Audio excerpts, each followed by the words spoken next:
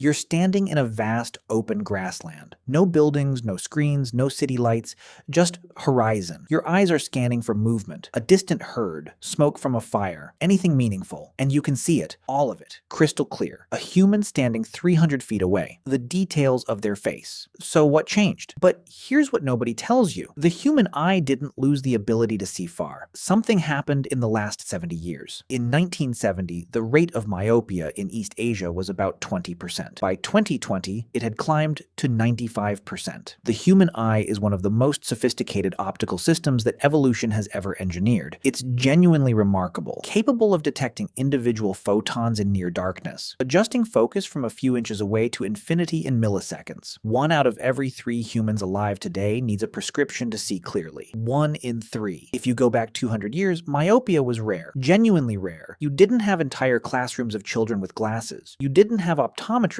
on every corner. So somewhere between then and now, something changed. And not slowly, not gradually, fast. Your eye isn't a perfect sphere.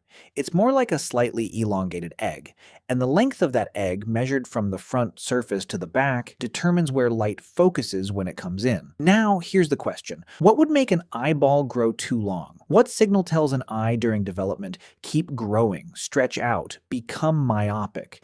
And the answer is something that sounds almost simple when you hear it. Close work, near focus. In 2012, researchers at Cambridge University published a landmark study. Children who spent more time outdoors were significantly less likely to develop myopia. Regardless of genetics, the difference was outdoor light. When your pupils are small, more of the world around you is in focus. Distant objects, near objects, everything in between. Your eye is constantly being signaled. You need to be good at seeing all these different distances. Now switch to today. Switch to a child in a modern developed country.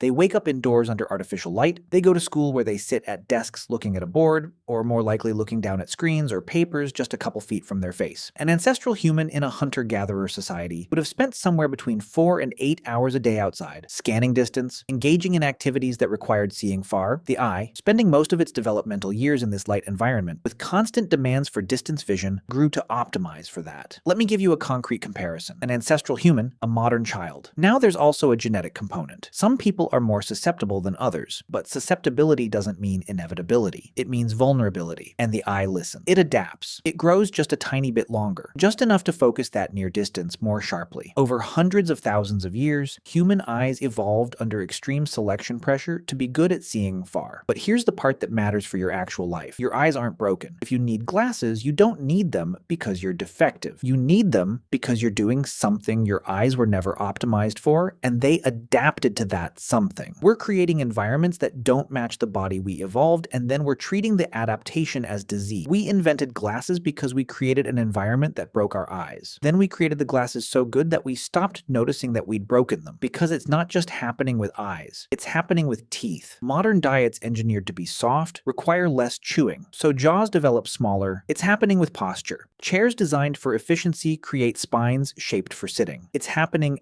everywhere. Studies have shown that increasing outdoor time can slow or even stop myopia progression in children. Some research suggests it might even partially reverse it in younger eyes, reducing near work, taking breaks, looking at distance, spending time in natural light. But mostly they're not happening because modern life has momentum. The environment that created myopia isn't an accident or a mistake. It's the efficient extraction of productivity from human bodies. We invented glasses because we created an environment that broke our eyes. Then we created the glasses so good that we stopped noticing that we'd broken them. Now a third of humanity needs those glasses to function. You're still standing in that grassland, or at least a part of you is. Somewhere in the genetic code of every human alive, there's an ancestor who could see 300 feet away without effort. That ancestor is still in you. Your eyes still have that capacity. It's just been overridden by 50 years of a different world. Your eyes aren't broken. Your eyes are working exactly as they're supposed to. They're just working for a world that shouldn't exist. And the moment you realize that, the moment you understand that myopia isn't your eye failing you, but your eye succeeding at adapting to something that was never part of its design, everything changes. You're not weak. You're not defective. You're the most adaptable optical system that evolution has ever built. You're just working for a world that shouldn't exist.